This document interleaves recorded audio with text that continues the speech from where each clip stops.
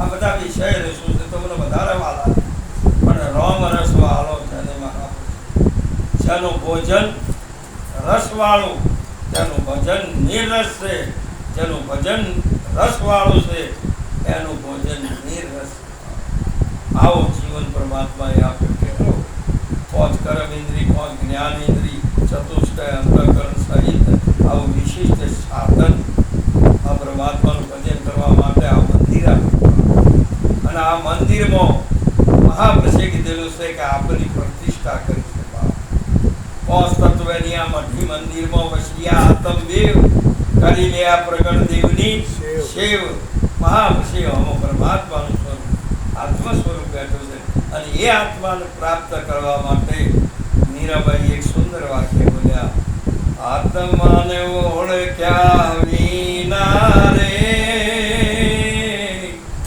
આ ભવના ફેરા નહીં તો મટે, બ્રહ્મણાને ભાગ્યા વિના રે લખ 84 નહીં તો ટળે.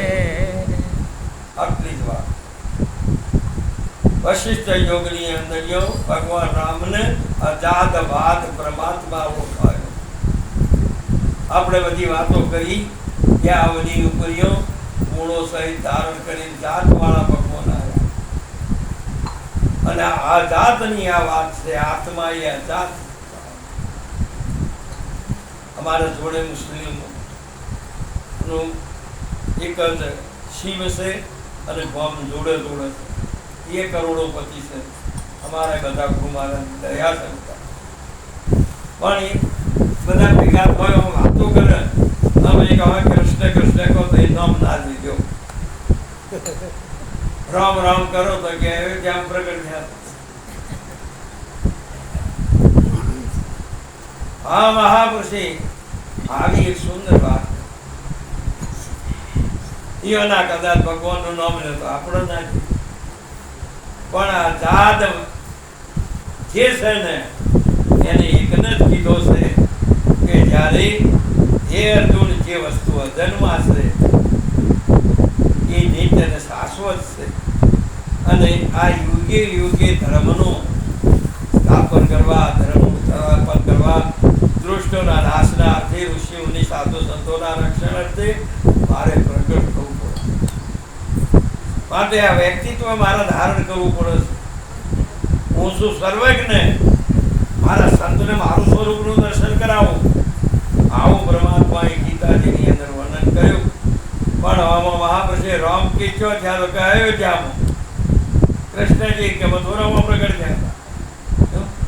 તમે 24 અવતારોનું ગણના કરો તો બધે બતાવી શકો, પણ એમ કહે છે કે આત્મા જો પ્રગટ કોના કે આત્મા એ અજાત છે અને બીજું બધી જાત છે. આ જે ગુણોવાળી ત્રિગુણાત્મા જગત એ બધું જાત વાળું છે અને ત્રિગુણાતીત જે આત્મા છે તે અજાત છે. એ આત્માને ઓળખ્યા વિના ભવના ફેરા એને ઓળખવા માટે આપણો પરમાત્માએ આપણો અવકાશ આપી દીધો અને સ્વતંત્રતા આપી દીધી કે જેટલો જ એ પ્રાપ્ત કરવો હોય. પણ આપણા રવાડા વડે ચડી ગયા, સંગ દોષ થયો.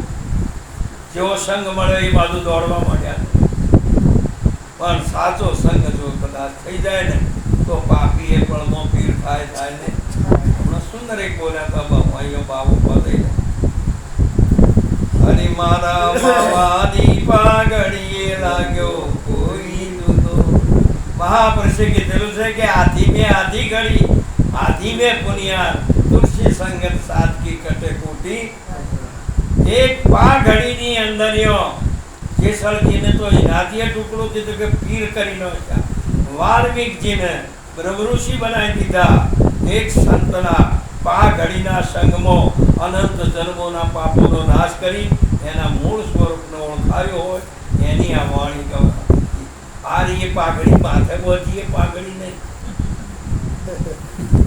પરમાત્માના સંગની એક પારસ પ્રશ્ન જો લોખંડ ને તો એક પળની અંદર એને લોહ પણ મટાડે નહીં.